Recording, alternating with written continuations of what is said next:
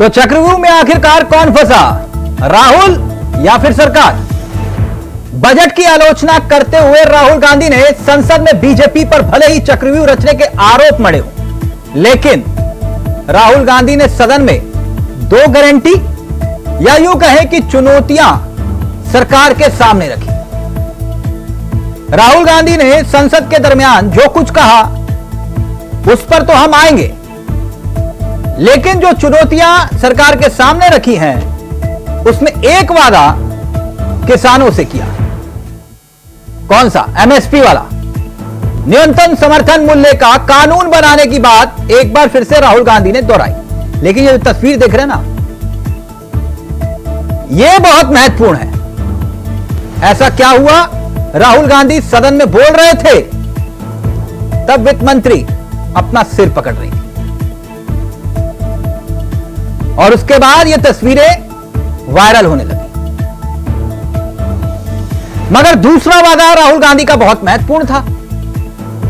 वो वादा जो चुनाव से पहले हर रैली, हर मंच पर राहुल गांधी ने दोहराया, जाति की गिनती।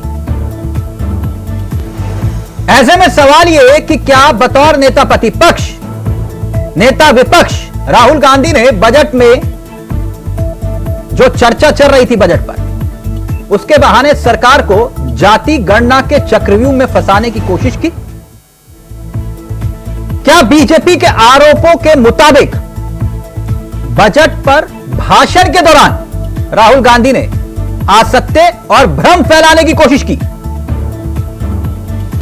लेकिन संसद में चक्रव्यूह राहुल गांधी ने कुछ इस तरह रखा कि 6 चक्रव्यूह का जिक्र किया। 6, उस पर भी हम आएंगे। लेकिन देश में किसान, युवा, बीजेपी नेता सब डरे हुए राहुल गांधी कह रहे हैं। अभिमन्यु को चक्रव्यूह में घेर कर मारा गया था, महाभारत का जिक्र। 6 लोगों ने अभिमन्यु को मारा था और राहुल कह रहे हैं 21वीं सदी का चक्रव्यूह 6 लोगों के कंट्रोल में। और साथ ही कमल का निशान एक चक्रव्यूह की तरह दिखता है। कमल का निशान बीजेपी का चुनाव चिन्ह। राहुल गांधी ने इस दरमियान कहा कि बजट में मिडिल क्लास की पीठ में, छाती में छुरा घोंपा गया। यानी राहुल गांधी एक के बाद एक सियासी तीर छोड़ रहे थे। राहुल गांधी के बयान से निचोड़ यह निकला जो वो कह रहे हैं कि देश की 90% आबादी के जीवन से जुड़े सबसे महत्वपूर्ण मुद्दे पर ऐसी उपेक्षापूर्ण प्रतिक्रिया ने भाजपा की मंशा, मानसिकता और नीयत से पर्दा हटा दिया। यानी राहुल के वार सियासी तकरार। आज इसी मुद्दे पर करेंगे बात कि आखिरकार चक्रव्यूह में कौन फंसा, राहुल या फिर सरकार। कुछ बयान राहुल गांधी के और फिर सीधा रुख करेंगे अपने मेहमानों की तरफ। कुछ ही देर में आपकी स्क्रीन पर होंगे, लेकिन पहले राहुल गांधी के कुछ बयान। 2 साल पहले हरियाणा में कुरुक्षेत्र में एक युवा को, अभिमन्यु को 6 लोगों ने चक्रव्यूह में फंसाकर मारा था। चक्रव्यूह का एक दूसरा नाम होता है पद्मव्यूह, मतलब लोटस फॉर्मेशन। तो जो चक्रव्यूह होता है स्पीकर सर, वो लोटस के शेप में होता है, कमल के फूल के शेप में होता है। 21वीं सदी में सर एक नया चक्रव्यूह तैयार हुआ है स्पीकर सर, वो भी लोटस की शेप में है सर, और उसका चिन्ह प्रधानमंत्री जी अपनी छाती पर लगा के चलते हैं सर। आज भी चक्रव्यूह के बीच में 6 लोग हैं सर। चक्रव्यूह के बिल्कुल सेंटर में, चक्रव्यूह में हजारों लोग होते हैं सर, मगर उसके बिल्कुल सेंटर में 6 लोग कंट्रोल करते हैं।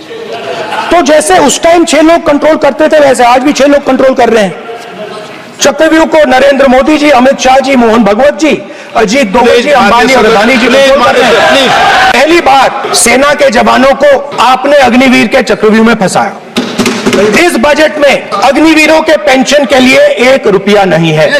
आप अपने आप को देशभक्त कहते हो, मगर जब अग्निवीरों की मदद करने की बात आती है, जवानों को पैसा देने की बात आती है, तो बजट में आपको 1 रुपया नहीं दिखाई देता। उनकी पेंशन के लिए 1 रुपया आपने नहीं दिया, तो उनको आपने अग्निवीर के चक्रव्यूह में फंसाया। मंत्री जी को अदानी जी और A1 एंड A2 की रक्षा करनी है, मैं समझता हूं। वो सर ऊपर से ऑर्डर आया है सर, सर ऊपर से ऑर्डर आया सर, मैं समझता हूं, मैं इस पर कोई टिप्पणी नहीं करूंगा। Sir he is permitted, sir, he is permitted to defend them, sir. It is a democracy, sir. He can defend them. We allow him to defend them, sir. ऐसा होता है क्या? A1 and A2, sir. Budget का जो हलवा है sir, ये but रहा है। और इस फोटो में सर मुझे एक ओबीसी अफसर नहीं दिख रहा, एक आदिवासी अफसर नहीं दिख रहा, एक दलित अफसर नहीं दिख रहा मुझे। ये हो क्या रहा है सर? सर देश का हलवा बट रहा है सर, और इसमें 73% का एक है ही नहीं। सर ये आप लोग हलवा खा रहे हो और बाकी देश को हलवा मिल ही नहीं रहा है। ठीक है सर, 20 अफसरों ने बजट को तैयार किया, हमने पता लगाया है, उनके नाम मेरे पास है, अगर आप नाम चाहते मैं दे दूंगा। 20 अफसरों ने हिंदुस्तान का बजट तैयार किया है, मतलब हिंदुस्तान का जो हलवा है 20 लोगों ने बांटने का काम किया है। अब स्पीकर सर, उन 20 लोगों में से 90% लोगों में से 90% लोगों में से सिर्फ 2 हैं, एक माइनॉरिटी और एक ओबीसी, और इस फोटो में एक भी नहीं है। मतलब फोटो में आपने पीछे कर दिया, वो भी पीछे चल गया। फोटो में तो आने नहीं दिया आपने। हमारा एक्सपेक्टेशन था कि जो अन्नदाता है, जो सरकार से सिर्फ एक चीज मांग रहा है, लीगल गारंटीड एमएसपी, हमें लगता था कि ये कोई बड़ा काम नहीं है सर, ये इतना बड़ा काम नहीं है। हमें लगता था कि अगर सरकार बजट में इसका प्रोविजन कर देती, अगर बजट में इसका प्रोविजन कर देती, तो जो हमारे किसान हैं जो चक्रव्यूह में, आपके चक्रव्यूह में फंसे हैं, वो निकल पाते। ये हमारी थिंकिंग थी, मगर आपने नहीं किया। तो मैं यहां इंडिया गठबंधन के तरफ से गारंटी देता हूं कि हम ये काम करके दिखा देंगे। जो आपने अपने बजट में नहीं किया, वो मैं हिंदुस्तान के सब किसानों से कहना चाहता हूं, गारंटीड लीगल एमएसपी हम इस सदन में पास करके आपको देंगे। सर मिडिल क्लास जो है वो शायद इस बजट से पहले प्रधानमंत्री को सपोर्ट करता था। जब प्रधानमंत्री ने कोविड के समय उनसे थाली बजवाई थी, तो उन्होंने दबाकर थाली बजाई, धड़ थाली बजा बजाई। हमें अजीब लगा, मगर प्रधानमंत्री ने मिडिल क्लास को ऑर्डर दिया। तो राहुल के सियासी तीर आप देख रहे थे। सीधा रुक करें अपने मेहमानों की तरफ। आपको बता दें, आज हमारे साथ इस चर्चा में जो मेहमान कार्यक्रम का हिस्सा बन रहे हैं, वो सभी आपकी स्क्रीन पर है। अश्वनी शाही जी बीजेपी के अनुभवी और तेजतर्रार चेहरों में से एक हैं। वरुण मिश्रा जी कांग्रेस के युवा और तेजतर्रार चेहरों में से एक हैं। अनूप साड़ा साहब समाजवादी पार्टी के अनुभवी चेहरों में से एक हैं, जो तर्कों के साथ अपनी बात रखते हैं। और आलोक पांडे जी हमारे साथ। आलोक जी राजनीतिक विश्लेषक, अपनी बेबाक राय के लिए जाने जाते हैं। आप सभी का बहुत बहुत स्वागत है। सबसे पहले शाही जी, चर्चा की शुरुआत आपके साथ, इजाजत है? अवश्य। चलिए शुरू करते हैं। शाही साहब, राहुल गांधी ने कुछ दिनों पहले शिवजी की तस्वीर दिखाई थी, याद है आपको? जी जी। और अब वो बजट हलवे वाली तस्वीर, वो जो दिखा भी रहे हैं, देख भी रहे होंगे आप, तो वहीं से शुरुआत करते हैं। हाँ हाँ। कौन खा रहा है बजट का हलवा? देखिए तिलक जी, बजट का हलवा राहुल गांधी जी जो डरो नहीं ब्रांड के जो एम्बेसडर हैं, उनको हर जगह जाति दिखती है। और बार बार ये सवाल किया, उन्होंने खुद जवाब दे दिया कि अल्पसंख्यक भी हैं, ओबीसी भी हैं, और वहां पर नहीं है। वहां माननीय पंकज चौधरी जी किस बिरादरी से आते हैं, उन्होंने वो नहीं देखा। तो राहुल गांधी जी आज बजट पर चर्चा पर कहना क्या चाह रहे थे, वो खुद कंफ्यूज थे। कभी कुछ चक्रव्यूह, कभी कमल, कभी क्या। तो वित्त मंत्री ने अपना सिर क्यों पकड़ लिया था? वित्त मंत्री अब क्या बोल रहे हैं? ऐसे अबोध बालक जो जब संवैधानिक कुर्सी पर बैठकर उल जलूल बातें करेंगे तो सर पकड़ेगा ही जो थोड़ा सा संजीदा व्यक्ति होगा। उनको हलवे में जात दिखाई दे रही है। वो अपने डीके शिव कुमार से नहीं पूछ रहे हैं। सिद्धारमैया जी ने जो जातिगत जनगणना कराई थी, उसको लेकर हाईकोर्ट में दावा क्यों किया है कि नहीं होना चाहिए? आप जातिगत जनगणना के पक्ष में है कि नहीं? जी, आप जातिगत जनगणना के पक्ष में है कि नहीं? हमने तो कहा है रोहिणी कमीशन के हिसाब से जातिगत जनगणना होनी चाहिए। रोहिणी कमीशन का होनी नहीं चाहिए। आप तो सरकार में है ना, आप तो करवाएंगे। हम तो सरकार में है, हम क्या कहा, तो वही तो कह रहे हैं। नहीं, तो आप बताइए ना होनी चाहिए कि नहीं। 1633 जातियों के बारे में भी है जिसका लाभ जो है 97 लोग उठा रहे हैं। जातिगत जनगणना होनी चाहिए कि नहीं? मैं कह रहा हूँ रोहिणी कमीशन के हिसाब से हम लोगों ने तो जातिगत जनगणना की ही बात की है ना, और तो कोई दूसरा वहां पर तो पानी पिलाने की कोई बात नहीं है। आप करवाना चाह रहे हैं, नहीं करवाना चाह रहे? मैं इसलिए पूछ रहा हूँ क्योंकि 10 साल रोहिणी तो कमीशन का गठन नहीं, आप तो जो है जो चीजें हैं आपको भी जानकारी, रोहिणी कमीशन का गठन क्यों हुआ, रोहिणी कमीशन की रिपोर्ट क्यों आई, जो 1633 जातियां हैं जिनको आरक्षण का लाभ नहीं मिलता है। बात को यहीं खत्म करूंगा। आप बोलिए कि हाँ हम जातिगत जनगणना करवाने के पक्ष में हैं। अरे 97 जातियों को ही मिलता है ओबीसी का आरक्षण का लाभ, तो हम जातिगत जब जाति किया जाएगा आरक्षण किसको कितना मिल रहा है वो तो केशव प्रसाद मौर्य जी पूछ रहे हैं। लेकिन मैं आपसे ये पूछ रहा हूं कि आप जातिगत जनगणना करवाने के पक्ष में हैं या फिर नहीं? पहले राहुल गांधी से पूछिए ना, राहुल गांधी से पूछिए। हम नहीं, सरकार में यहाँ पर राहुल गांधी कैसे बताएंगे? राहुल गांधी चिल्ला रहे हैं, डीके शिव कुमार विरोध कर रहे हैं, राहुल गांधी कंसेप्ट क्लियर करें। अच्छा, मतलब राहुल गांधी को क्लियर करना है। राहुल गांधी क्यों नहीं, राहुल गांधी क्या बोलना चाहते हैं सर? नहीं, आप क्या कहना चाह रहे हैं? जातिगत जनगणना होनी चाहिए कि नहीं? बात करते हैं, आज संवैधानिक पद पर हैं, उल जलूल बातें कर अबोध बालक की बात करते हैं। चलिए मुद्दे पर आते हैं। वो ये कह रहे हैं, जो तस्वीर दिखाई उन्होंने कहा कि 20 अफसरों ने मिलकर हिंदुस्तान का बजट बनाया जिसमें सिर्फ एक माइनॉरिटी और एक ओबीसी का है। बजट का हलवा बढ़ गया, लेकिन इसमें से देश के 73% लोगों ने ही हिस्सा नहीं लिया। कौन खा गया? राहुल गांधी जी कहना क्या चाह रहे थे वही तो मैं पूछ रहा हूं, जरा समझा दीजिए भाई, कहना क्या चाह रहे थे? आपको नहीं समझ में आया? देश जानना चाहता है कि राहुल गांधी जी कहना क्या चाह रहे हैं। ओबीसी SC ST अफसर नहीं था उसमें। अच्छा, अफसर नहीं, एक भी। अच्छा ठीक है, ओबीसी। ये राहुल गांधी जी एक बार और पहले सवाल उठाए थे, ये सदन में ही उठाया था उन्होंने, और उस अबोध बालक को ये भी नहीं पता था उस समय तो संवैधानिक पद पे नहीं थे कि 92 के वाले जो अधिकारी हैं वो सचिव के लेवल पर पहुंचे हुए हैं, और उसका बराबर जवाब जेपी नड्डा साहब ने सदन में दिया। लेकिन बेशर्मी की इतनी हद है कि सड़क पर हम भाषण दे रहे हैं, कि संसद में भाषण दे रहे हैं, ये नेताओं को पता नहीं है। राहुल गांधी जैसे नेताओं को यह नहीं पता है कि सदन की एक गरिमा होती है, और सड़क जो भाषण दिया जाता है वहां तो आलू से सोना बहुत बना चुके हो, लेकिन यहाँ तो गुमराह न करें। बड़ा दिलचस्प हो रहा है राहुल गांधी, वो करें। आप कह रहे हो हम सीरियसली ले रहे हैं, और आप ही ये पहली बार हो रहा है जब विपक्ष कहता है कि सत्ता पक्ष नियमों के खिलाफ जा रहा है, और आप नेता प्रतिपक्ष बोल रहे हैं तो आप कह रहे हैं कि देखिए वो नियमों के खिलाफ जा रहे हैं। अब देखिए बेशर्मी की हद देखिए, और उनके शिक्षा पर सवाल बड़े सधे शब्दों में। अब वहां पर माननीय अध्यक्ष जी तो ये नहीं कह सकते हैं ना कि भाई आप जो है पढ़ लिख कर नहीं आते हैं। उन्होंने कहा कि आप सदन के नेता प्रतिपक्ष हैं और आपको नियम और कानून की बात करनी चाहिए। हम चारों 5 लोग बैठे हैं ना, हमारे अनूप सांडा साहब विधानसभा में रह चुके हैं, आप पूछिए इनसे, बिना नियम के कोई बात होती है? वो बाकी बातें इधर उधर बकलोली जो हो जाए वो छोड़ दीजिए, लेकिन नियमों से कानून से सदन चलता है। और वहां पर राहुल गांधी जी को बार बार अध्यक्ष जी कह रहे थे कि आप पहले कानून नियम पढ़ लीजिए, उसके बाद बोलिए कि नियम के तहत क्या बात बोलनी चाहिए, क्या नहीं बोलनी चाहिए। राहुल गांधी जी सड़क पर भाषण देते हैं उसी तरीके से वहां भी बोल गए।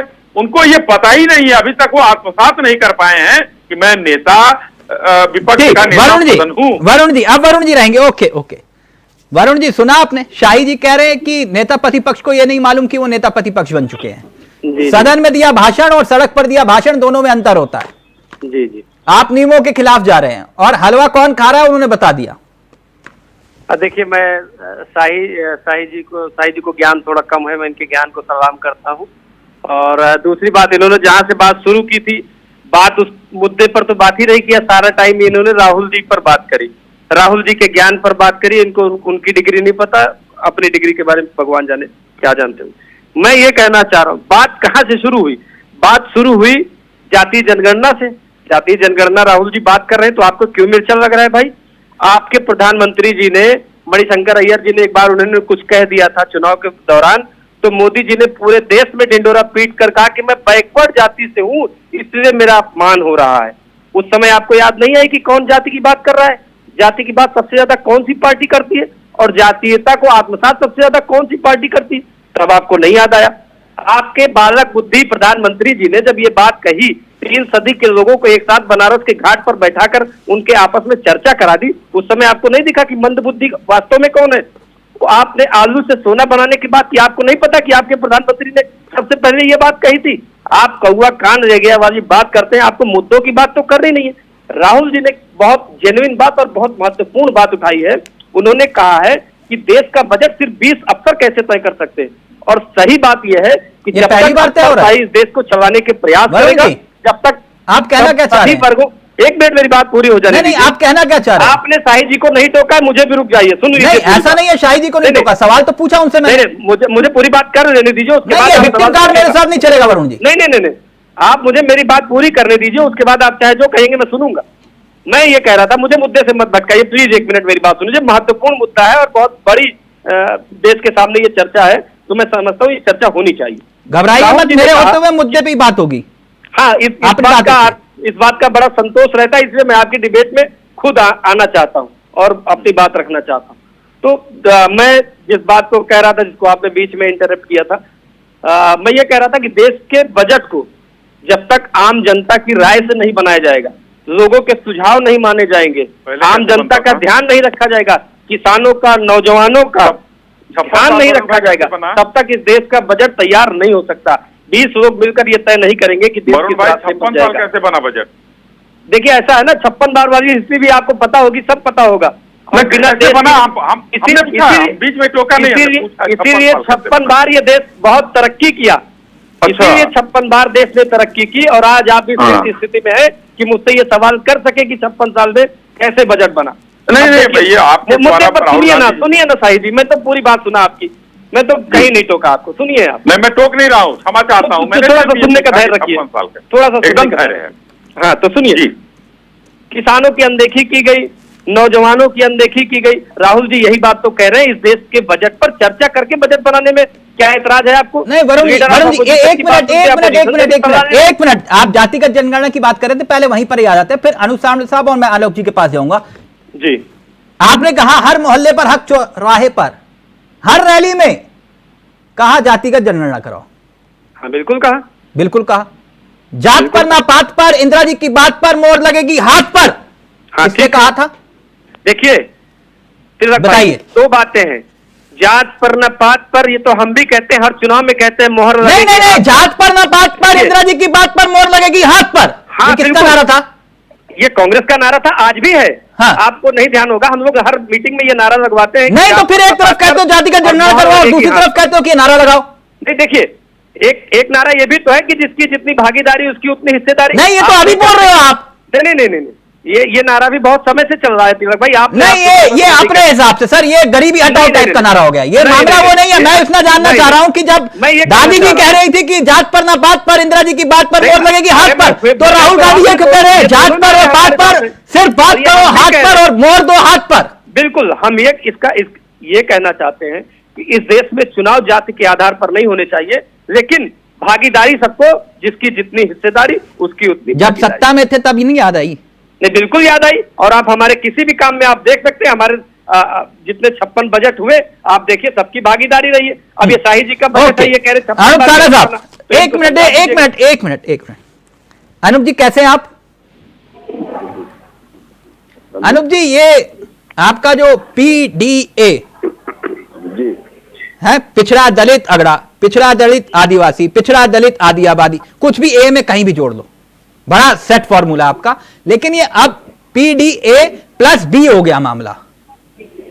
माता प्रसाद पांडे जी, मतलब कैसे कर लेते हैं आप लोग ये?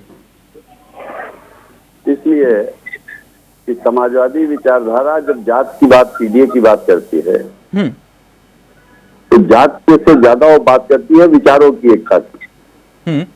हम आपको याद दिलाना चाहते हैं तिलक भाई, आपने बड़ी पुराने नारे कांग्रेस पार्टी के बताए।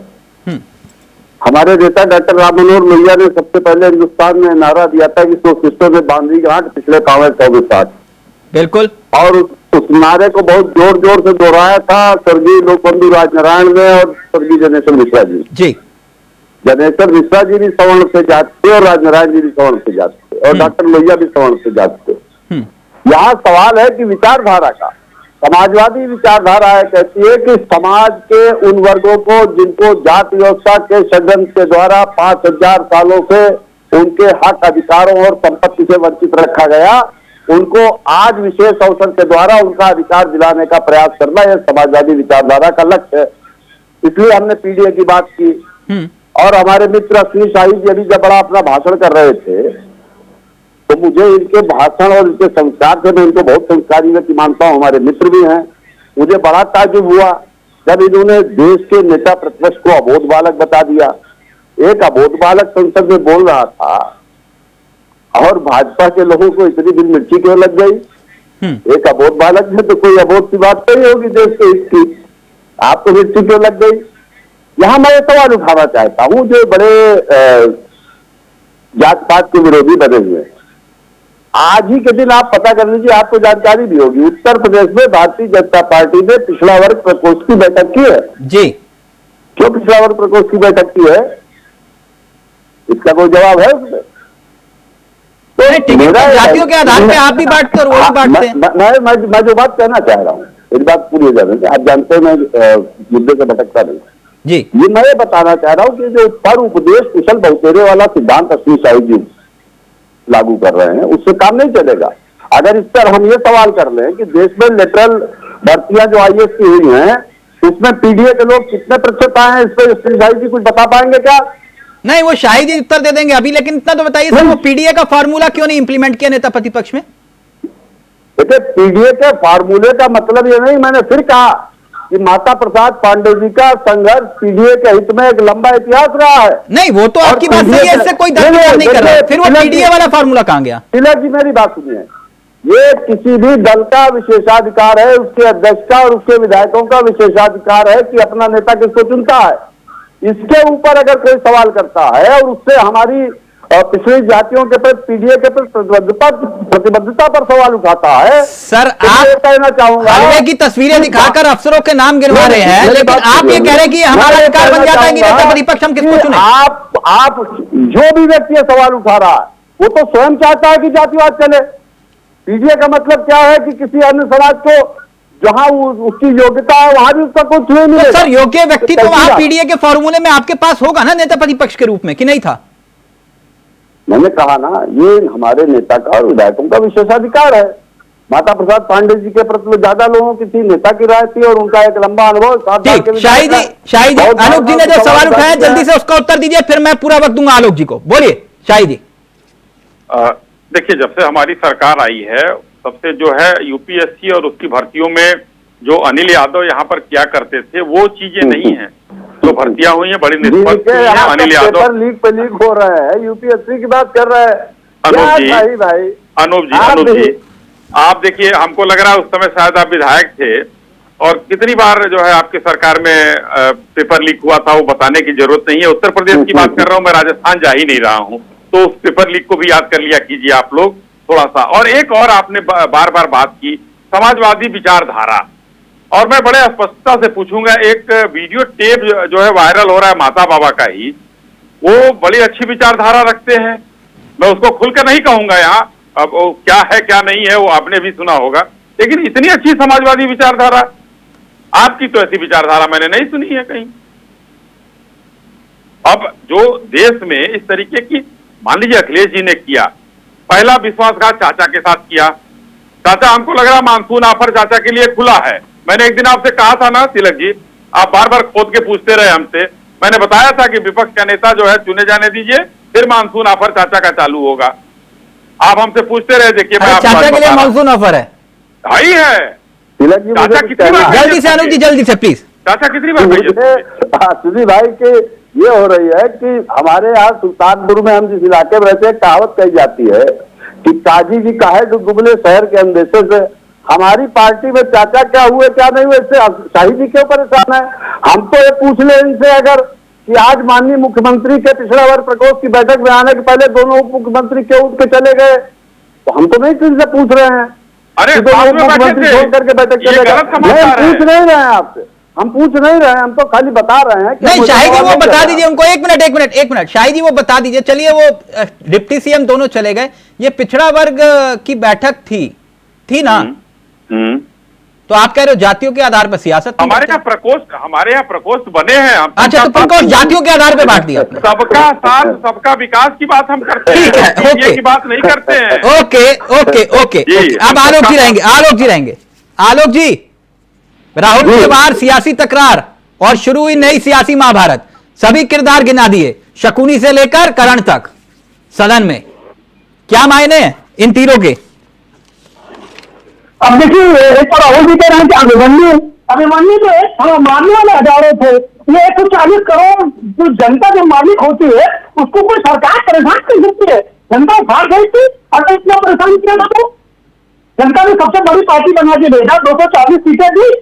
अगर अभिमन्यु की तरह भारतीय जनता पार्टी ने स्वीकार किया होता तो जनता इनका स्वीकार करती, तब कांग्रेस सत्ता में होती।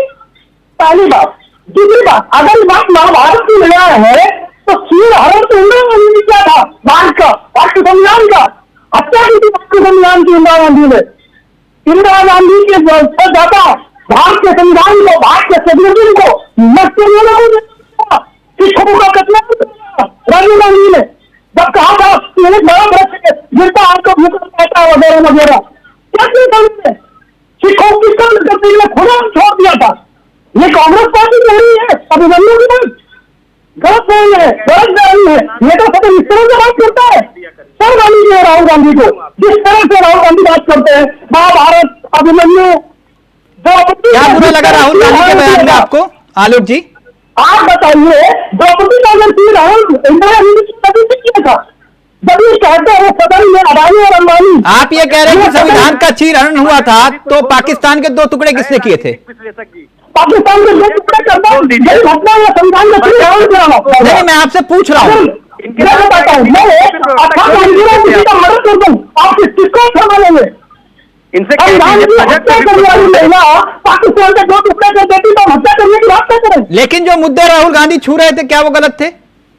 इन्हें कुछ पता ही नहीं है, नहीं होगा। ये तो भारतीय जनता पार्टी की तरफ बिल्कुल बोलिए, कितनी पार्टी है मुझे। मैं कह रहा हूँ जरा नीचे से मेरे जब थे उस समय इनको समझाइए तो बजट पे डिबेट हो रही है, राहुल गांधी पर नहीं हो रही, इंदिरा गांधी पर नहीं हो रही। उसके बाद मंत्री थे, उसके फोटो भी डाल थे, सारे के सारे सवाल थे। कांग्रेस पार्टी एमएसपी की बात कर रही है, 50 साल से सत्ता में रहे, आपने क्यों कानून नहीं बनाया? अरे भाई, अगर समाजवादी पार्टी से एक बात सवाल पूछ रहे थे, कांग्रेस ने गलती की है, जाती है पर दोनों बेच करूं मैं कह रहा हूँ समाजवादी पार्टी कांग्रेस पार्टी का वो निरंकुश चरित्र ही है। आप मेरे अभियोग की आजादी को नहीं कर रहे हैं, ये आप मेरे निरंकुश चरित्र है जो आप इस तरह की बात कर रहे हैं। राहुल गांधी के निरंकुश चरित्र पर ध्यान दे दीजिए। इस पर करनी है बात, क्या कर रहे हैं? आपको यही नहीं पता बजट की चर्चा पर राहुल गांधी को खींचते आ रहे हैं, इंदिरा गांधी जी की बात कर रहे हैं, बजट पर हो रही है, आप इंदिरा गांधी की कर रहे हैं। अब मेरे बोलने में सबकी दुनिया उड़ रही है, सब करना होता है। नहीं नहीं नहीं, आलोक जी एक मिनट, वरुण जी चापलूसी और सच में एक मिनट मिस्टर राजनीतिक विश्लेषक, चापलूसी और राजनीति में बड़ा अंतर होता है। आरोप लगाते हैं, कभी भाजपा वाले, कभी कांग्रेस वाले, कभी सपा वाले। नहीं, आज तक कभी आपने भारतीय जनता पार्टी सवाल पूछा हो तो मैं आपको सर्टिफिकेट अभी जारी करूंगा। आज तक कभी सवाल ही नहीं पूछा। वरुण जी, जनता के विवेक पे छोड़ के देना, आप लोग सर्टिफिकेट बांटना शुरू कर देते हैं। 1 मिनट में, 1 मिनट रुकिए ना। 10 साल में भारतीय जनता पार्टी ने कोई सवाल पूछने वाला? 1 मिनट वरुण जी 1 मिनट, आप लोग सर्टिफिकेट बांटना शुरू कर देते हैं। 1 मिनट रुकिए तो सही सर। नहीं, ये क्या कह रहे हैं? ये कह रहे हैं कि भारतीय जनता पार्टी ने सवाल पूछने लायक कोई काम ही नहीं किया। तो मैं समझ रहा हूँ भैया, 10 साल में भारतीय जनता पार्टी ने अगर सवाल पूछने लायक कोई काम ही नहीं किया। आलोक जी मुद्दे पर आइए ना। राहुल गांधी कह रहे हैं कि किसानों को हम एमएसपी देंगे, तो इसमें दिक्कत क्या है? राहुल गांधी एमएसपी देने की बात कर रहे हैं। मैं कहता हूँ कि शासन में दिया कि 50% के जाति जनगणना की बात करते हैं। अनूप जी रिएक्ट करना चाह रहे हैं। अनूप जी पहले आप, फिर शाही जी आपके पास आ रहा हूँ। जी, मैं तो बड़ा आश्चर्यचकित हूँ आलोक पांडे जी के विश्लेषण को सुनकर। इसमें विश्लेषण तो था ही नहीं, तो भाषण था। लेकिन फिर भी मैं एक चीज पूछना चाहता हूं कि क्या भारतीय जनता पार्टी की सरकार में, आलोक पांडे जी तो विश्लेषक हैं, खूब पढ़ते होंगे हम लोगों से ज्यादा, और स्वयं इंडिया इंटरनेशनल की एक रिपोर्ट आई थी जिसमें आया था कि देश की 1% आबादी के पास देश की 40% संपत्ति एकत्रित है, जिसमें अब अंबानी अडानी सब आते हैं। क्या अगर सबका साथ सबका विकास की बात करने वाली पार्टी के राज में अगर देश की आय में इस तरीके से असमानता बढ़ रही है, तो उसके ऊपर अगर कोई विपक्ष के नेता सवाल उठा दे तो उस पर क्या राजनीतिक विश्लेषक महोदय को उसकी पीठ नहीं ठोकनी चाहिए? ठीक, आलोक जी जल्दी से, फिर शाही जा रहा हूं। अमित शाह जी, आप ये बताइए इस 75 साल में सबसे ज्यादा किसने शासन किया? अडानी को बीजेपी ने बनाया, अंबानी को बीजेपी ने पैदा किया है। इसी समय पर ये करोड़पति अरबपति बने हैं। अच्छा, आलोक जी की बात में समझ गया। आलोक जी दरअसल ये कहना चाहते हैं कि कईयों की सरकार को सहारा तो कईयों ने दिया, मतलब सहारा समझ रहे हैं ना मेरी बात? वो ये कहना चाह रहे हैं कि सहारा तो कईयों को कईयों ने दिया और कईयों के सहारे से कुछ सहारा सही ने दिया, और उनके प्लेन में कईयों को सहारा भी मिला। यही कहना चाह रहे हो ना आलोक जी? हाँ, अब उस सहारे पर आइए। जी, मैं तो ये समझ पा रहा हूँ, इसका अर्थ ये निकला कि भारतीय जनता पार्टी के राज में न गरीबी बढ़ी है, न महंगाई बढ़ी है, न बेरोजगारी बढ़ी है, न चीन ने भारत की सीमाओं पे कब्जा किया। अनुप जी, अब आप बात घुमा गए। अब वो जब वो कह रहे किसी का सहारा आपने भी लिया होगा, आप बात घुमा गए। मैं एक स्पष्ट सवाल पूछ रहा हूँ, जो पार्टी 10.5 साल से सत्ता में बैठी हुई है, सर, क्या आपके राज में कोई उद्योगपति आपका करीबी नहीं था? सबके विकास, क्या आपके राज में कोई उद्योगपति आपका करीबी नहीं था? उद्योगपति होना एक अलग बात है, उद्योगों से देश के विकास की बात होती है। सर, आप तो बात भी घुमा रहे हैं अनुप जी, जल्दी से आलोक भाई मेरी बात तो सुनिए। अरे भैया, अंबानी को लेकर अभी अंबानी के बेटे की शादी थी, सुन तो लीजिए। कितने लोग देख लीजिए, आ जाएगा कि क्या कभी आप देखिए समृद्धि की बात करते हैं,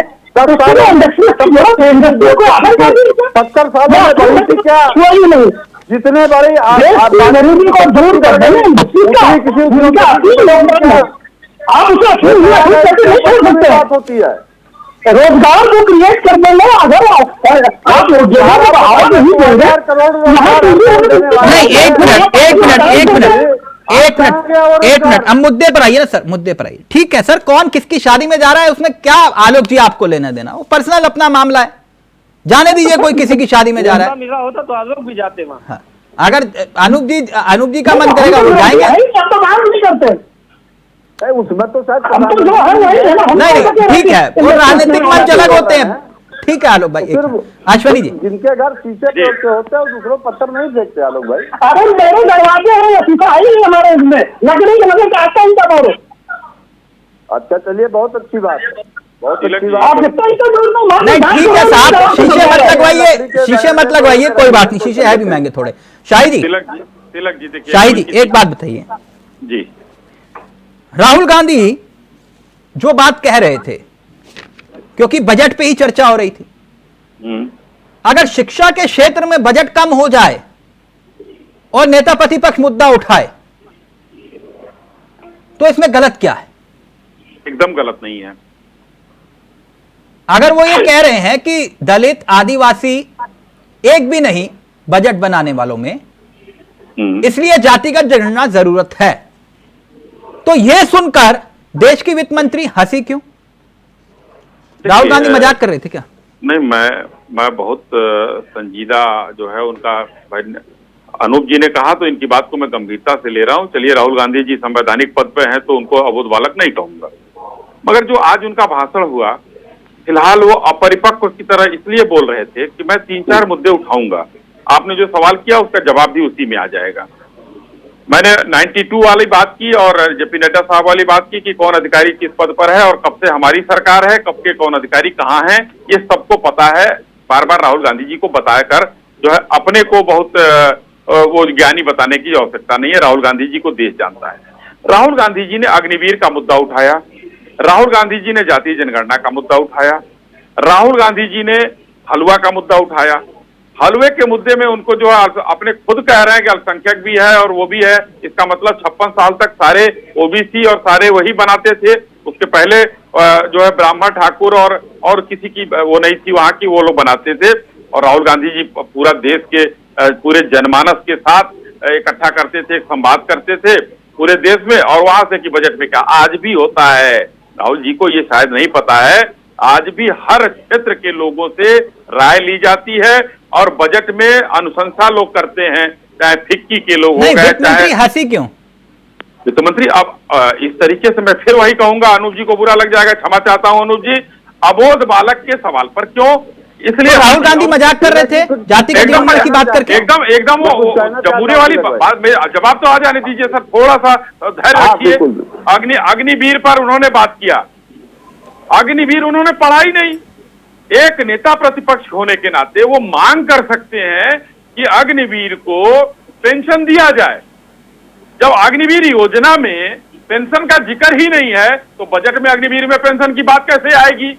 ये हुआ कि नहीं हुआ अनूप जी, ये एक अबोध बालक की बात, मैं फिर क्षमा चाहता हूं। दूसरी बात, उन्होंने बार बार कहा अडानी अंबानी A2 A1 जो भी करते हैं, छबिलदास मेहता किसके समय में मुख्यमंत्री हुआ करते थे गुजरात के, मुद्रा पोर्ट अडानी को किसने बेचा था?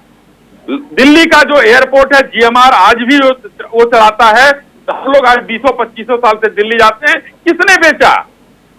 और तीसरी बात, अडानी अगर गुजरात में वो क्या नाम है राजस्थान में व्यापार करें तो बड़ा अच्छा, छत्तीसगढ़ में करें तो बड़ा अच्छा, हिमाचल में करें तो बड़ा अच्छा। वो ये कह रहे हैं कि दूसरे राज्यों में अगर वो रेड कारपेट बिछाए तो दिक्कत नहीं है, आप बीजेपी पर निशाने साध रहे हैं। दावत में तो सब जाके पहले एक बात अबोध बालक वाली आई थी, एक चीज मेरे दिमाग में आ गई। ये वही वित्त मंत्री जी तो है ना जिन्होंने जब प्याज महंगी हुई थी तो सवाल किया था, कहा जवाब में बताया था पत्रकारों को कि हम तो प्याज खाते नहीं, हमको पता नहीं पता। वही वाली तो है ना। अब राहुल गांधी जी अबोध बालक हैं और वित्त मंत्री जी परिपक्व हैं, तो अब इससे ज्यादा मुझे लगता है कुछ कहने की जरूरत है नहीं। मैं एक दूसरी बात तिलक भाई उठाना चाहता हूँ। इन सारे मुद्दों के साथ आज कल दिल्ली में एक दुर्घटना हुई, हमारे नेता अखिलेश यादव जी ने उसको सदन में उठाया कि दिल्ली जो पूरी राजधानी है और जो केंद्र से पुलिस से लेकर के बहुत सी चीजें गवर्न होती हैं, वहां पर 3 बच्चे बेसमेंट में डूब करके कोचिंग के मर जाते हैं। हमारे नेता ने वो उठाया, उसके बारे में तो भाजपा के मित्र कुछ बोल भी नहीं रहे, वो भी संसद की चर्चा थी, क्या वो भी अबोध बालक का काम था? इन सवालों के ऊपर भी तो सत्ता दल को जवाब देना चाहिए। जवाब दे दूं जल्दी से पीछा। हमारे नेता ने तो पूछा कि बुलडोजर आपका कहाँ कब जाएगा वहां। अनूप जी दिखाई नहीं दिया आपके।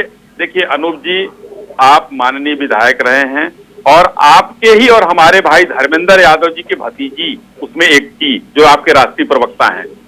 क्या माननीय अखिलेश जी ने कुछ बोला केजरीवाल जी के बारे में? वो भाजपा पर वहां राजनीति कर रहे थे, भाजपा का बुलडोजर देख रहे थे। अरविंद केजरीवाल से नाला साफ कराने की बात नहीं कर सकते थे क्योंकि इंडिया अलायंस में है, और अपने प्रवक्ता की भतीजी की जो वहां हत्या हो जाती है जो है केजरीवाल सरकार के द्वारा, उस पर तो नहीं बोला उन्होंने, पूरी राजनीति की उन्होंने कहा होता हमारे राष्ट्रीय प्रवक्ता की भतीजी की हत्या हुई है। 3 बच्चों की मौत के ऊपर बात करना राजनीति लगती है तो क्षमा कीजिएगा श्री शाही जी, मैं कहूँगा केजरीवाल जी के ऊपर भी राजनीति केजरीवाल जी के ऊपर आपके ऊपर राजनीति अखिलेश जी कर रहे हैं, आपके ऊपर राजनीति अखिलेश जी कर रहे हैं। लाभ उठाने वाले केजरीवाल जी के ऊपर एक सवाल उठाया हो तो बता दीजिए, उन्होंने केंद्र सरकार के ऊपर उठाया सवाल, उत्तर प्रदेश का बुलडोजर वहां दिखाई दे रहा था उनको। आप कैसी बात कर रहे हैं? अखिलेश जी ने बात उठाई और आपने परिवार के सदस्य चले गए, समाजवादी परिवार के सदस्य के बच्चे की जो हत्या की जाती है केजरीवाल सरकार के द्वारा, तो उन्होंने सवाल केजरीवाल सरकार पर नहीं उठाया और भारतीय जनता पार्टी के द्वारा केंद्र और उत्तर प्रदेश की सरकार के का बुलडोजर पूछ रहे हैं। ये कौन राजनीति कर रहा है? दिल्ली सरकार, दिल्ली भाजपा की कोई जवाबदेही नहीं है। आप एक अरे MCD है और मीटिंग हुई थी कि नाला साफ कराया जाए, मोहल्ले वाले कह रहे हैं नाला साफ कराने में तो भाजपा का क्या हाथ है भाई? नाला तो साफ उनके सरकार कराती है, MCD उनके पास है, सरकार उनके पास है। आपके पास, आपके हाथ में कुछ भी नहीं है शाहिद जी, ठीक। आप ये कह रहे हैं कि आपके हाथ में क्या है? ना MCD, ना सरकार और ना दिल्ली, ठीक। वरुण जी, कुल मिला के वो ये कह रहे हैं कि राहुल गांधी के बयानों को सीरियसली मत लीजिए, जितनी बात मैं शाही जी की समझ पाया। देखिए ये तो लेकिन आप कह रहे हो अंदाज कुछ पुराना सा है, कुछ बदले से लगते हैं राहुल। तस्वीर सदन में लेकर आते हैं हर बार, जानते हैं कि कैमरा इधर घूमेगा तुरंत तस्वीर दिखा देते हैं। बात बताओ। और उसके जैसे तस्वीर उठाते हैं वैसे टीवी बंद कर दिया जाता है। आज राहुल जी ने अपने भाषण के दौरान स्पीकर से बार बार ये कहा था टीवी ऑफ मत करवाइए, टीवी ऑफ मत करवाइए। राहुल जी गंभीरता पूर्वक बात नहीं करते, ये बात बताने के लिए भारतीय जनता पार्टी के हर प्रवक्ता को प्रेस कॉन्फ्रेंस करनी पड़ती है। यही राहुल गांधी जी की बात की गंभीरता है। दूसरी बात, जिस तरह अभी शाही जी कह रहे थे कि कांग्रेस की सरकारों में अडानी का क्या रोल था और उसके पहले अडानी की, मैं पूछना चाहता हूं 2014 के पहले अडानी जी को इस देश के कितने लोग जानते हैं? 2014 के बाद जिस अडानी को उसके पहले कोई नहीं जानता था, वो अडानी वर्ल्ड का सबसे बड़ा आदमी बनाते था भाई, विश्व का सबसे बड़ा आदमी बन जाना। ये दरअसल ये कह रहे हैं शाही जी वो ये कह रहे हैं कि जैसे 2014 से पहले एक ही उद्योगपति रॉबर्ट वाड्रा के बारे में सब जानते थे। रॉबर्ट वाड्रा के बारे में बहुत बात हुई। हम आप ही की बात लेकर जा रहा हूं। एक मिनट वो कह रहे रॉबर्ट वाड्रा के बारे में जानते थे, अडानी के बारे में नहीं। ओके, कर कहते थे जिस रॉबर्ट वाड्रा जी का नाम लेते थे ये कि वो तो घोटालेबाज है। 10 साल में ये हाथ नहीं लगा पाए रॉबर्ट वाड्रा को, एक भी जगह उनको दोषी नहीं सिद्ध कर पाए। राहुल गांधी जी तक तो इन्होंने ईडी के सामने बैठाए रखा, क्लीन चिट नहीं मिला है, घंटे क्लीन चिट नहीं मिला है। अरे क्लीन चिट 15 साल से क्या उखाड़ रहे यार, कौन से काम कर रहे हो? अरे भाई उखाड़ने वाली कुछ नहीं कर पाओगे। नहीं, आपके पास कुछ है ही नहीं है, आपके पास कुछ है ही नहीं है। असल में आपके पास सिर्फ थोथा चना बाजे घना इतना ही है। आप लगाते हो और उसके बाद भाग जाते हो। आपके पास जमीन पर कहीं कुछ है और ना कहीं कुछ के पहले बात करना जानते हो। आप बस ये बताओगे इन्होंने तो ये कह दिया, इन्होंने तो ये कह दिया, बताइए भारतीय जनता पार्टी बैठ जाएगी, इन्होंने ये कह दिया, लेकिन जब करने की बारी आएगी तो आप कुछ नहीं कर पाओगे। और धीरे धीरे इस देश की जनता आपको समझ गई। यही कारण है कि इस बार 400 पार का नारा देकर 240 पे चिंता दिया आपको। अरे भाई अगले चुनाव में आके 240 नहीं जाएंगे आप। लेकिन शाही जी बार-बार एक मिनट पार्टी के लोग, यहां तक कि चुनाव में भी ये मुद्दा है, देश के प्रधानमंत्री को बोलना पड़ गया अडानी अंबानी वाला मसला। अब ये A1 A2 कर दिया इन्होंने फॉर्मूला, मतलब सियासत में। जी अब ये बताते हैं इनके प्रधानमंत्री जी कहते हैं, वही तो कह रहा हूं। अब ये A1 A2 से कैसे बाहर निकलोगे आप? ओके, अब आप ही का सवाल ले जाना वरुण जी, एक मिनट रुको। हमको ये लोग जो है वरुण जी की पार्टी, और वरुण जी हमेशा देश के लोगों का हमेशा अपमान करने की सोचते हैं। देश के व्यापारी हैं, वो नाम कर रहे हैं देश के अपमान में कहां से बात आ गई? नहीं, क्यों नहीं? इनके साथियों का अपमान बताइए, राहुल गांधी को भारत माता की जय बोलते हुए कहेंगे तो इनके लिए लाइसेंस बना हुआ है। राहुल जी को कभी भी भारत माता की जय बोलते हुए, लेकिन इनके सरकार के लोगों को कोई सवाल उठा देगा तो वो देश का अपमान हो जाता है। मैं नहीं समझ पाता हूँ कि कुछ लोगों के नाम से देश का अपमान कैसे हो जाता है। थे अब बुरे हो गए, अंबानी के उनका जहाज लेकर घूमे तो बहुत बुरे थे। अरे बाप रे, क्या बात है, पता नहीं अडानी अंबानी का जहाज लेकर घूमते थे अपने, वो था सोनिया जी रिलायंस के जहाज में घूमती थी, सब कुछ नहीं था। वो मूंगफली बेचते थे ना 14 के पहले। आप लोगों का कुछ था ही नहीं वहाँ। आप लोगों ने तो सिर्फ जो है राहुल गांधी जी जो कहते हैं, उन्होंने चाइना के लोगों की बात की। एक मिनट आलोक जी, क्या कुछ बदले से जनाब दिखाई देते हैं राहुल गांधी? करते ही नहीं। राहुल गांधी जी मौसम थोड़ा नहीं बदल जाए। वो कहते हैं कि हम तो जैसे थे वैसे रहे। मुझे उम्मीद थी कि कम से कम सदन में कुछ अच्छी तरह से बोलेंगे।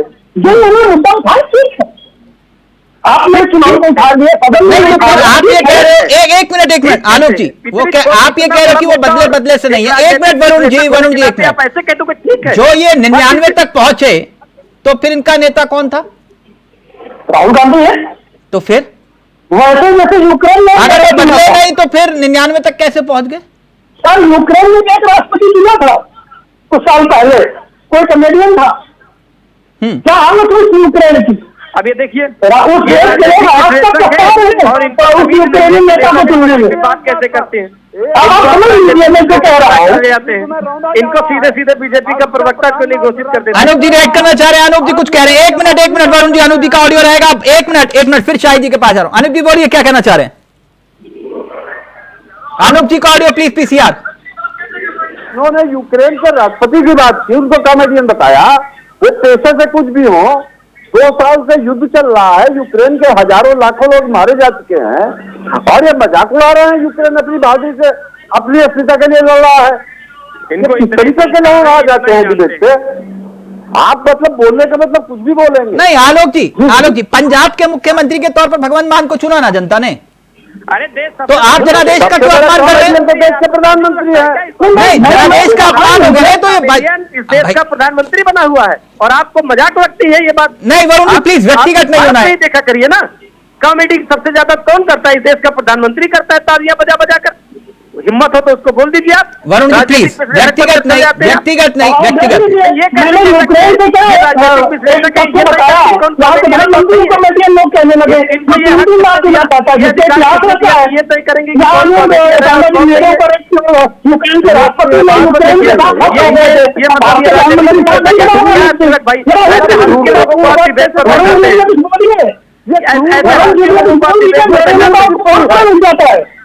वरुण जी में तो कुछ बोलेंगे।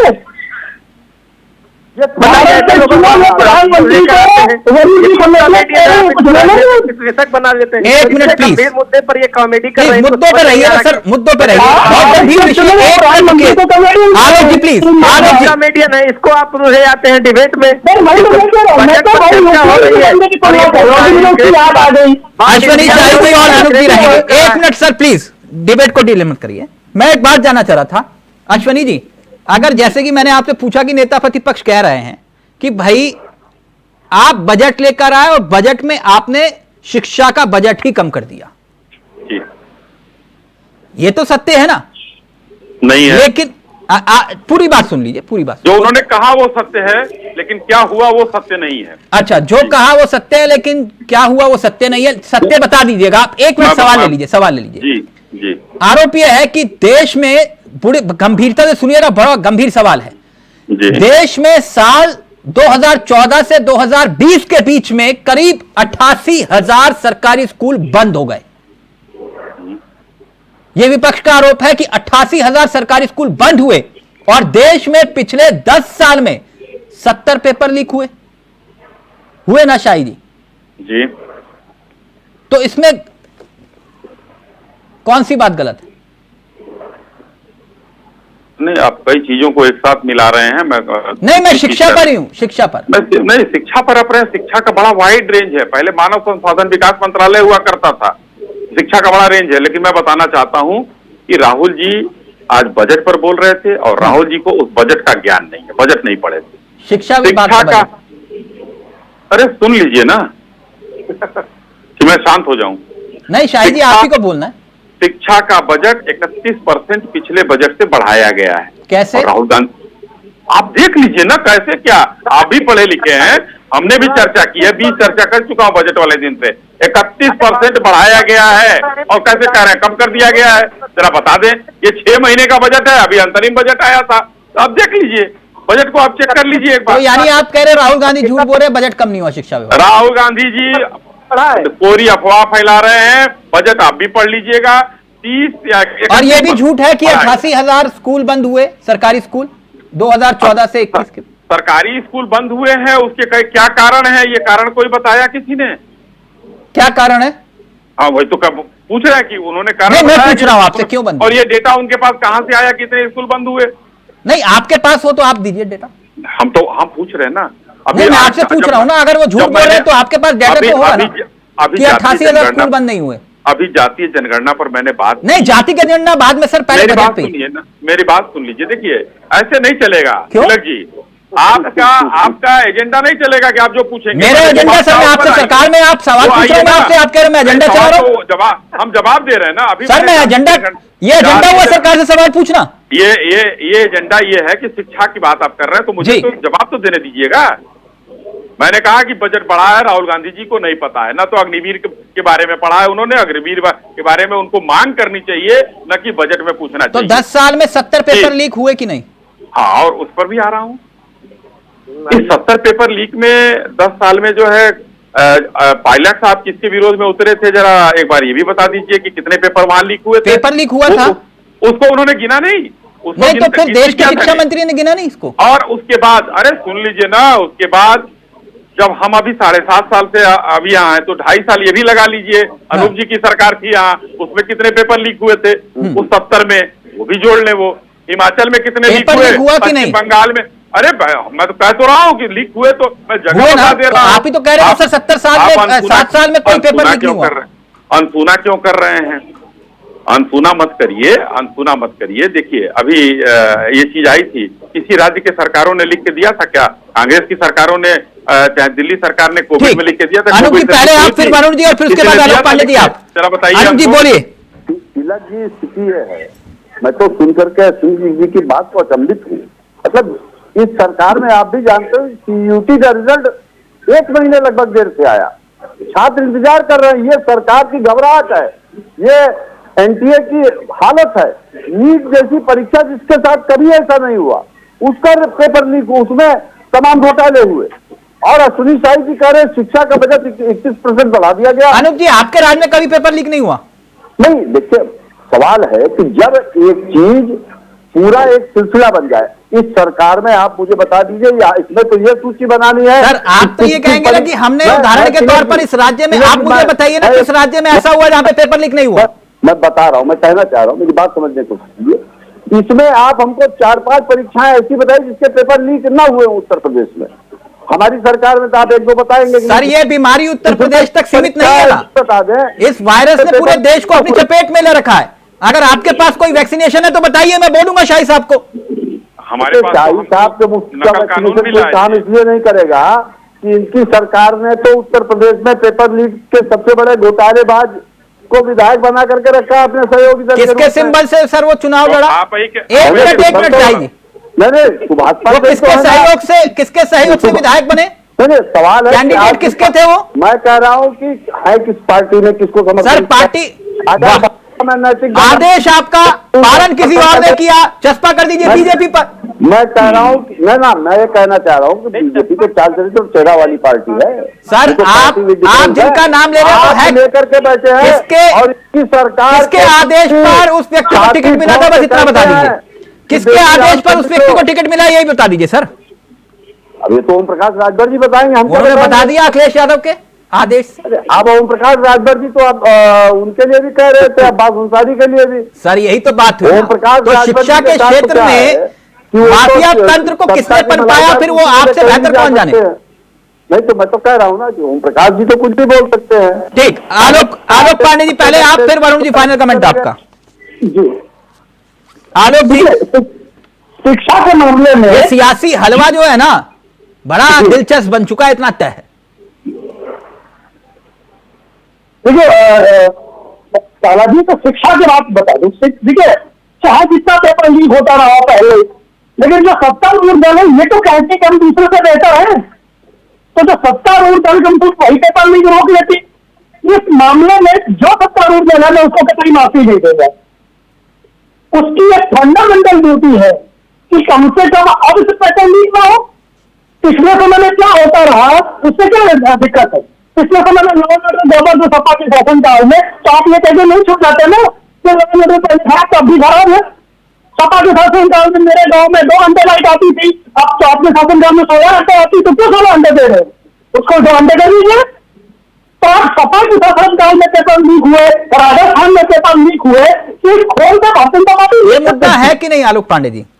बिल्कुल बहुत गंभीर मुद्दा है। आप कह रहे गंभीर मुद्दा, अभी तक तो आप राहुल गांधी को कोस रहे थे। नहीं, जब मुद्दा लीक आएगी तो मैं किसी पार्टी को उसमें माफी नहीं दूंगा, चाहे वो पुरानी पार्टी हो चाहे। ओके, अब फाइनल कमेंट जो है अश्विनी शाही जी और वरुण जी का रहेगा। शाही जी, वो मैंने कहा पहले शिव जी की तस्वीर, अब हलवे वाली तस्वीर, और बात शिव जी की बारात तक आ गई। लेकिन इस दरमियान राहुल गांधी, वो पत्रकार कह रहे हैं कि वो सवाल नहीं पूछ पाएंगे पिंजरे में। वो तस्वीर भी देखी आपने, पत्रकार से मिलने पहुंचे पत्रकारों से जो संसद कवर करते हैं, उनको कह रहे हैं कि पिंजरे में कैद कर दिया, बाहर निकालो। तिलक जी, सदन में कवर करने आप कभी गए होंगे जरूर, और जहां पर वो पत्रकार भाई हमारे बैठते थे, खुली जगह थी और वो कैमरा लगाए हुए वहां पर लोग रहते थे और सबसे सवाल पूछ लेते थे। अब उनको एक बढ़िया जो है इस कमरा बनवा कर दे दिया गया कि आप लोग आराम से बैठिए, सवाल जो आता जाता है सवाल पूछिए। तो उसको अगर वो पिंजरा कह रहे हैं और आप पिंजरा समझ रहे हैं तो इस पर जरूर नहीं, वो कह रहे पिंजरे से ताकेंगे संसद कवर करने वाले पत्रकार, तो वो सवाल नहीं पूछ पाएंगे। सवाल नहीं पूछ पाएंगे मतलब? नहीं, वो वही कह रहे हैं ना कि सवाल नहीं पूछ पाएंगे क्योंकि बाहर सवाल पूछने में रोक है। ये तो राहुल जी तो पूछते थे। राहुल जी भी तो अभी जैसे कोई सवाल पूछता है, बीजेपी का पत्रकार हो तुम, अखिलेश जी से कोई सवाल पूछता है किस जाति के हो, जाति पूछने लगते हैं, तो बड़ी समस्या उन लोगों के साथ है। और वो लोग आज पत्रकारों के हितैषी बन गए हैं जब उनको बेहतर जगह पे बैठने की दे दी गई है और उनको जहां पर जाना है कोई आता है तो सवाल वो पूछते ही है। और कौन पत्रकार सवाल नहीं पूछ रहा जरा बता दीजिए। तो आखिर में ये बाइट कहां से चल गई? माननीय अखिलेश जी की, माननीय राहुल गांधी जी की कैसे बाइट चल जाती है भाई? और आज जो है पत्रकारों ने देखिए किस तरीके से घेरा हुआ था, तो कैसे? ये तो राहुल गांधी जी भ्रम फैला रहे हैं देश में। तुरंत चौका था माननीय लोकसभा अध्यक्ष जी, बेचारे नहीं है वो कायदे की जगह बैठे हुए हैं। बेचारे कह रहे हैं, बताइए, दीनहीन बना दिया पत्रकार भाइयों को। नहीं, बेचारे नहीं है पत्रकार। उन्होंने कहा ना कि बेचारे। नहीं, पत्रकार कभी बेचारे हुए? तो राहुल गांधी जी से पूछिए ना। नहीं, तो हम तो आपसे भी सवाल पूछते हैं ना सर। आज उन्होंने सदन पे कहा, सदन में कहा बेचारे पत्रकार। हाँ। तुरंत लोकसभा अध्यक्ष जी ने टोका कि वो बेचारे नहीं है। Final comment Varun ji please जल्दी से। वरुण जी। जी भाई, बेचारा घोषित कर दिया हम लोगों को आपने। देखिए, हम आपसे पहले भी कहते रहे थे, बहुत बार मैंने कहा था, और आज मैं आपके माध्यम से अपने सभी मीडिया के साथियों को ये कहना चाहूंगा। राहत इंदौरी साहब की 2 लाइन थी कि लगेगी आग तो आएंगे सभी के घर जद में, यहाँ सिर्फ अपना मकान थोड़ी। वास्तविकता यह है कि मीडिया के लिए भी बहुत बड़ा सबक है।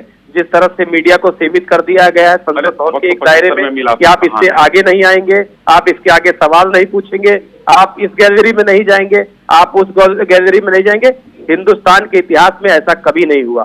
पत्रकारों को देश के लोकतंत्र का चौथा स्तंभ कहा जाता है, और चौथे स्तंभ को पूरी तरह से छूट थी कि वो कहीं पर भी सवाल पूछ सकता था, कहीं पर भी संसद में बेरोक टोक आ जा सकता था। लेकिन आज भारतीय जनता पार्टी ने उनके लिए एक सीमा रेखा तय कर दी है। उनको तय कर दिया है कि आप इस लाइन के आगे नहीं सीमा रेखा और वो लक्ष्मण रेखा तो कई बार तय हुई है वरुण जी, भाई, है ना? नहीं, कई बार नहीं तय हुई है। सरकारें आपकी भी रही, बार हुआ है ये, सरकारें आपकी भी रही। कौन किस सूचना मंत्रालय में पहले टेप गई, सुनिए पूरी बात, देश में ये भी देखा गया। इतिहास में इमरजेंसी के दौरान किसने अपने पद को छोड़ा ये भी देखा गया। आपके माध्यम से सभी मीडिया के साथियों को ये कहना चाहता हूँ कि आपने बहुत बार हमारी आवाज दबाई, बहुत बार हमको छुपाया, बहुत बार हमको उभारने नहीं दिया।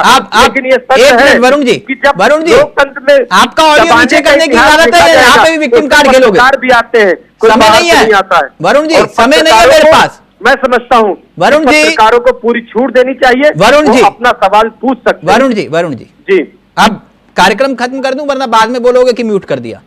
नहीं, मैं बिल्कुल, मैं पूरी बात हो जाए, चलिए कोई बात नहीं, आप खत्म कर सकते हैं, आप समय सीमा है। मैं चलिए, बहुत बहुत धन्यवाद आपका। मैं मोहब्बत के साथ ही बंद करना चाह रहा था कार्यक्रम को, लेकिन थैंक यू सो मच, बहुत बहुत शुक्रिया वरुण जी आपका भी, शाहिद जी आपका भी, आलोक जी आपका भी, और अनूप जी बहुत अच्छा लगा, थैंक यू सो मच, बहुत बहुत शुक्रिया आपका।